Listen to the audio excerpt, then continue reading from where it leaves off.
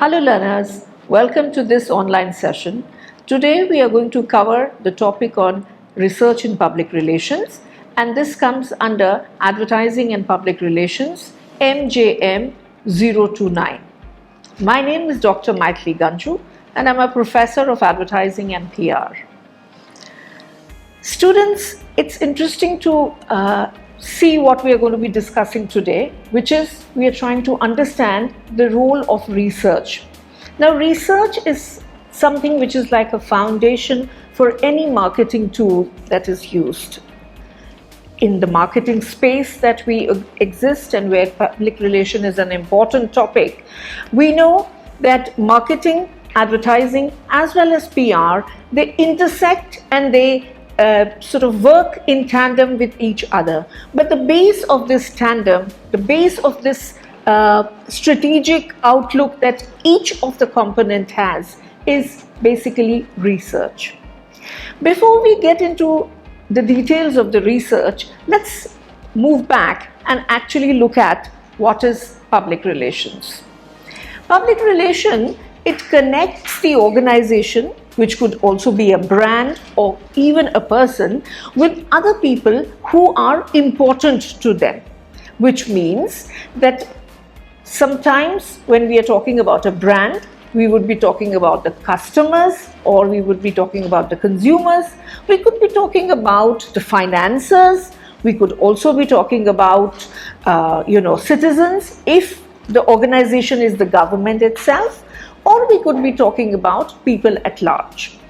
In a way, when you look at the public relations and it's dealing with the important people, we refer both to the people who are within the organization or the people who are outside, which means people who help to build the brand as well as the people for whom the brand is out there to sort of offer itself. PR entails those activities which are conducted to promote as well as protect the products or the policies in the eyes of these publics. Thus, the aim is to manage the whole public opinion of the organization as well as the brand or the person that we are talking about. Now, what do I mean by this?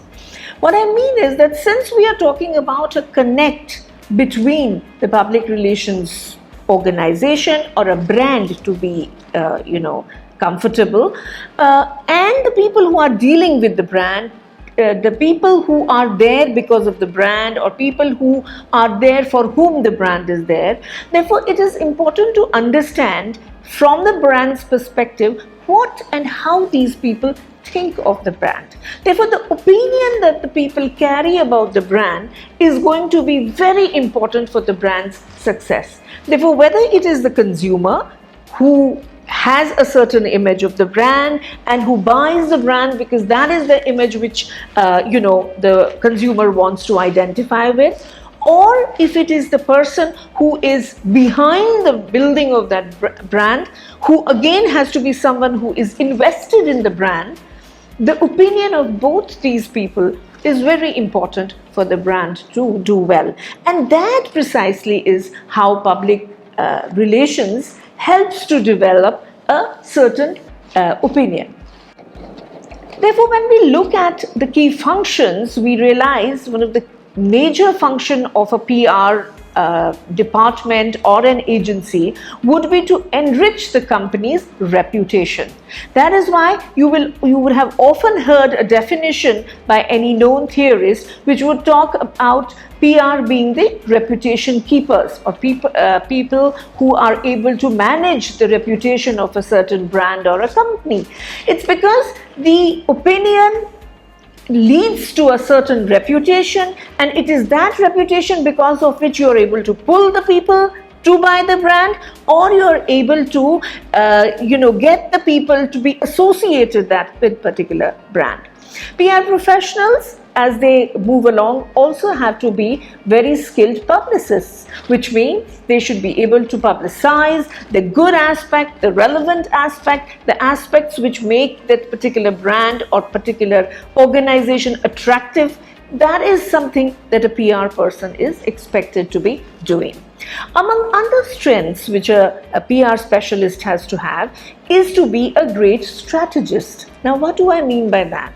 Now, you know that any of the marketing tool, whether it is advertising or it is marketing in itself, and particularly the public relations, it talks about getting people to kind of have a favorable opinion, and to do so you definitely have to follow a certain path, follow certain strategies, have certain campaigns, and all this is going to require a strategic mind. A strategic mind is the one which is able to convert the understanding into proper methods, proper strategies through which we are able to get our work done or meet our objectives.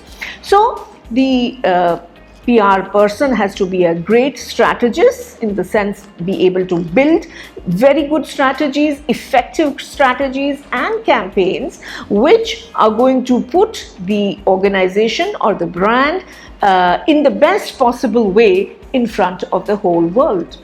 The role of the PR as a reputation protector, as an image builder, and even as a crisis manager is something that you would already be knowing as being an important function. When I say crisis manager, what do I mean? Now, for a brand, it is very easy to say that, you know, only the best things should be out there, but many times your brands or your people or your organization do get into some sort of, disrepute, some sort of controversy. It is then that the PR person is required to step in and clear that particular crisis, clear that particular misconception, or clear that kind of bad reputation for the company. Now, you will recall some time back, we have been seeing a lot of brands getting into trouble. The iconic case is that of Pepsi.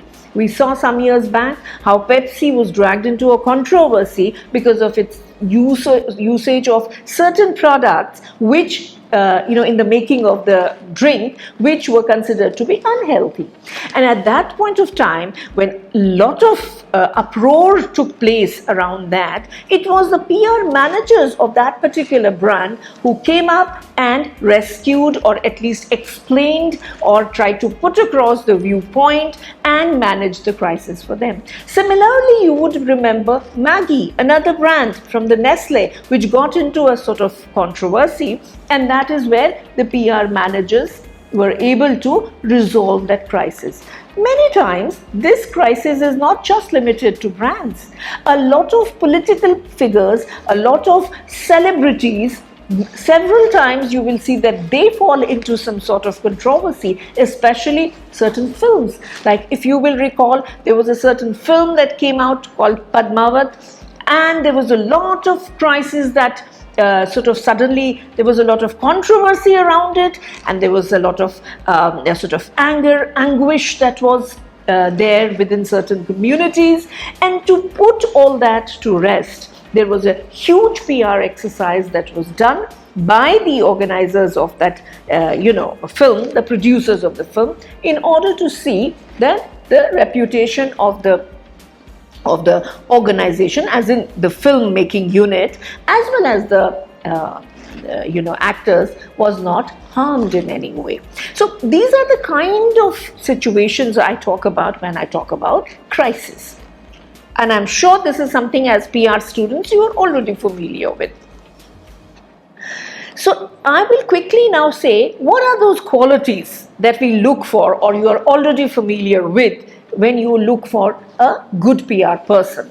We are talking about credibility. Why? Because how can you be trusted on saying something unless people believe in you? So credibility is an important quality that a PR person or a PR agency has to have. Has to be resourceful, because you see, you are reaching out to the entire public. How will you reach out unless you really have those contacts? Then media savvy, again, because media is a very important vehicle through which PR is able to exercise its control. And a very creative, strategic person whose ideas and whose skills in articulation help them to connect with people. But the important and the most essential quality that a person in public relations ought to have is to be an ace researcher. Now, why do I say that? I say that because if you reflect on all the points that we have discussed so far, unless the person has the pulse to the people, unless the person has the pulse to the market, unless the person knows about the numbers, the facts, the environment in which one is operating, you cannot expect the other skills to be so proficient. So, researcher is someone who is able to control a lot of other things, be it strategizing, be it being able to manage risk, be it about being convincing as a campaign developer. Research and its qualities are something that are absolutely essential.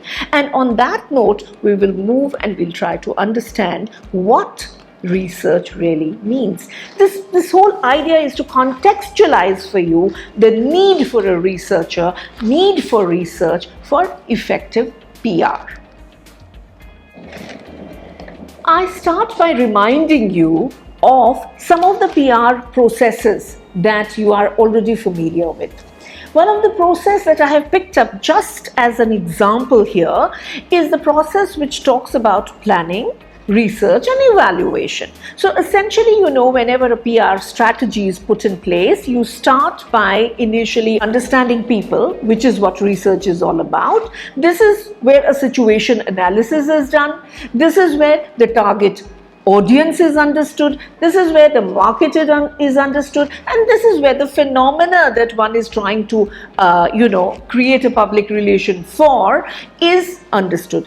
This, of course, is research. What does research lead to?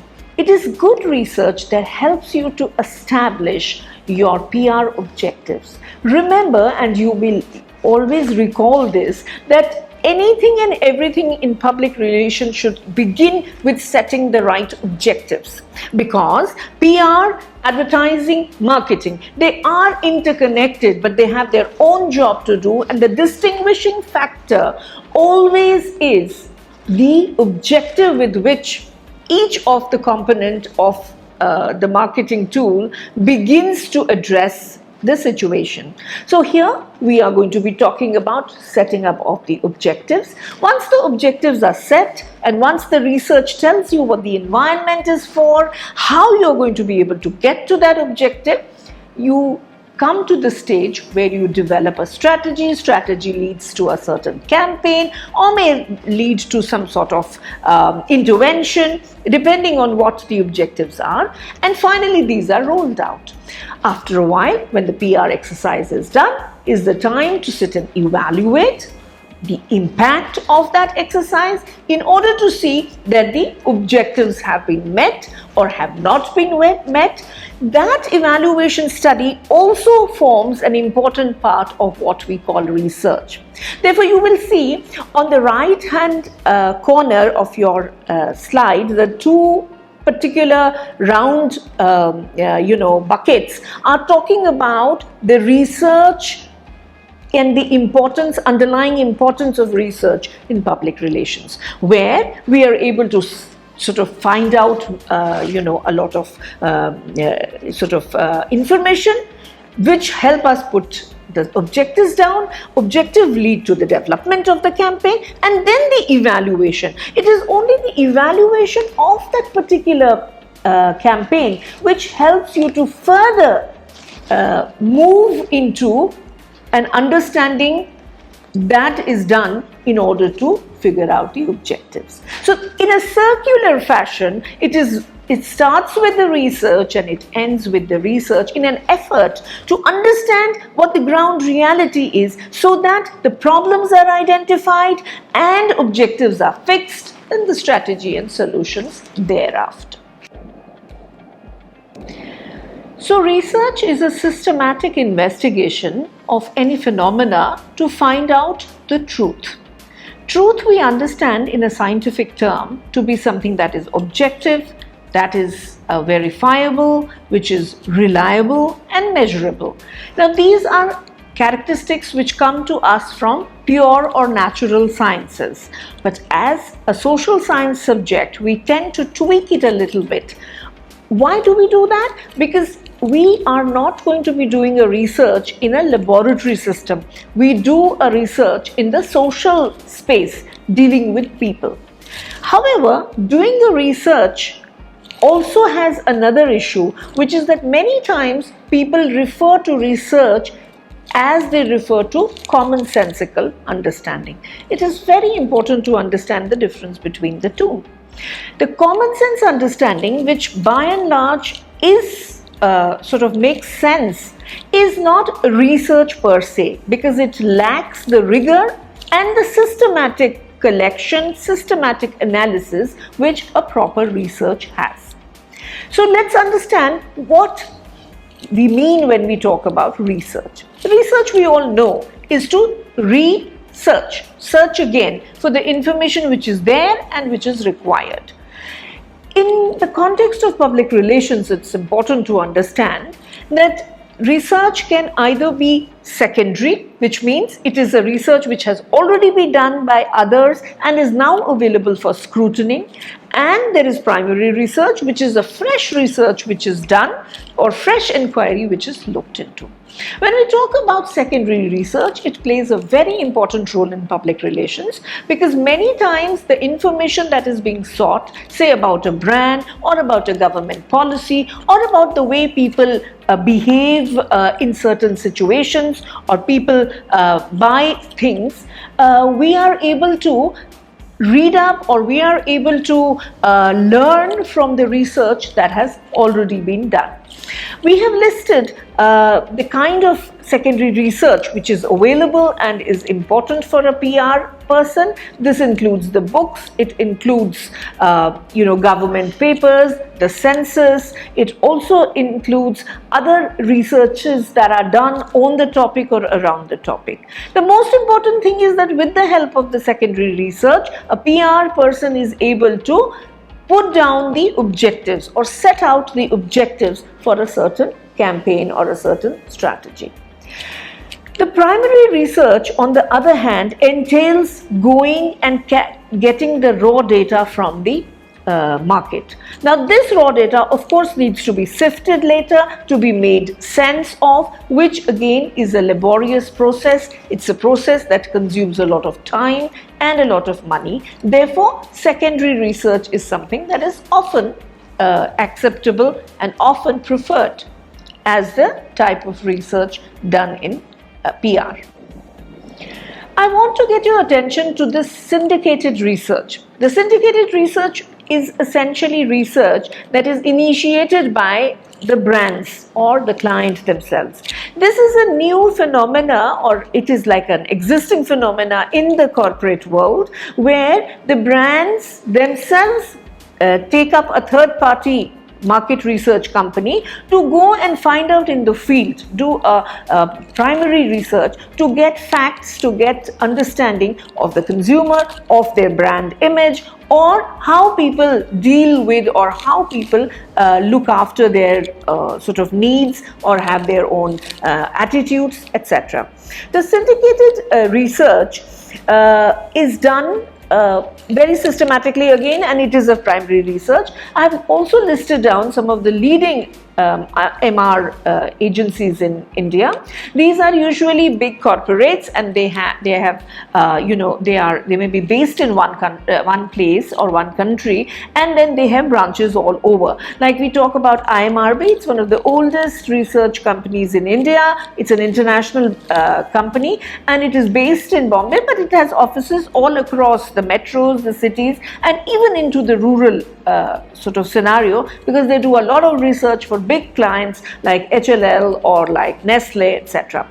The others are also mentioned there. Hansa is one particular MR agency I want you to pay particular attention to, because Hansa pioneered a lot of media research about which we are going to talk later. The last on the list is NCERT. AR, this is a government, semi-government, economic centric organization, which brings you a lot of authentic data from the Indian people from the market. So this kind of research, syndicated research, often forms a base of good PR strategy. Then let's understand quantitative and qualitative research. These are again two types of research, which, going back to the philosophy of research and talking about the ontology and the epistemology, we realize that there are two broad paradigms within which research is done. One paradigm is in which research is considered or is held to be based on being one type of reality. This is what we mean by the natural sciences, also talking about finding the truth, the one truth. Usually, that philosophy leads to a quantitative research method. The quantitative research method is the one. Quantitative research is expressed in numbers, graphs, and in statistical, mathematical computing techniques. Now, this is when we are really dealing with figures. This is when we are trying to understand the theories, and we are trying to understand, test out certain experiments and then gather the information in terms of data. Quantitative research, as the name suggests, talks about quantifying, talks about the number, it talks about large databases. And invariably, census, for example, is a quantitative research where you go out to a large base of people and give them certain questions to answer, and then you quantify that answer to find out certain trends. The methods that are used in quantitative research are, most popular one is the survey. The survey could be either questions which are closed as in they give you an option only of yes or no, or it could give you multiple choices to answer that question. But survey is something that the PR uses most often when it is doing its research. From a survey, the other important method used in quantitative research is experiments. So experiment is something where a situation is manipulated in order to see how people react to it. For example, if one is testing out a campaign, one could very well take a select people and show the campaign to them. So these would be two groups, one group which sees the campaign and the other group which does not see the campaign, and then you measure whether the campaign had some effect or had the right effect or had that effect which was intended in the objectives. So that kind of method is called an experiment method, where groups of people are taken and one particular group is manipulated with some information in order to get their reaction. Apart from this, there is observation. Again, this observation in quantitative sense is the observation which helps you to figure out the data. For example, how many people were there, so you can quantify and say 20 people, what is the height of the people, weight of the people. So anything that's quantifiable and gives you a trend and has a large database is what roughly qualifies as quantitative research. We move on to the qualitative research next, which, as the name suggests, is really about understanding the concept, thoughts, or the experiences. Now, from the point of view of the ontology and epistemology, the thinking behind qualitative method or qualitative research is to acknowledge that there is no one truth. The truth is something which is very contextual. For example, in a certain community, some colors may have some meaning, and that color could have very different meaning in another culture. So these kind of differences, which are led by the context, have to be understood, and if those are to be understood, then one goes for a qualitative research. So this type of research will help you gather in-depth knowledge and also help you to understand what we call the insights. Insights are something that are used when you are developing a campaign, when you're trying to touch the emotions of the viewer or the emotions of the person with whom the PR activity is being conducted. Important methods here are really interviews. Interviews gives you an opportunity to talk to the person, and many times the interview is structured, so one may have, say, about a limited number of questions to which the answer is sought, but many times it's open-ended, where you begin to talk and the person then reacts, and then you put a question to that. And the whole idea behind doing an interview is to be able to go beyond the obvious and get those insights, get those real nuggets on which then the campaigns can be made or the interaction can happen. The other good example is that of a focus group discussion. Here you get a group of people to come and discuss a topic, and in their discussion with each other come out various problems, barriers, thinking patterns, which can again be noted. Other methods like ethnography or literature review, these are also part of qualitative research, in which in ethnography you become a part of the member's life or a community's life, and you are able to sort of understand what's happening, what the culture of that place is. And literature review, of course, helps you to understand how others have looked at various concepts and theories. So quickly, let's understand what a research design for a particular PR problem or a PR research would be like. So the design comprises of a few steps, in which the most important is to be able to set out the objective, which is what is the rationale. Whenever you do research, you need to know why you are doing that research. So setting an objective of the research is the first important thing. As I said, that's based on the epistemology and the ontology of why you're wanting to find out. That leads to the methodology, because if you are trying to do a natural science approach, then you are going to get into the quantitative research. If you're trying to do the interpretative understanding or understanding truths from various perspectives, then you go for the qualitative methodology. Each of the methodology, as we saw, has its own tools, and depending on what the objective is, the methodology and the tools get selected. So, in short, let us quickly sum up what we have understood today. We understood that research is the basis of every marketing activity, which includes the public relations.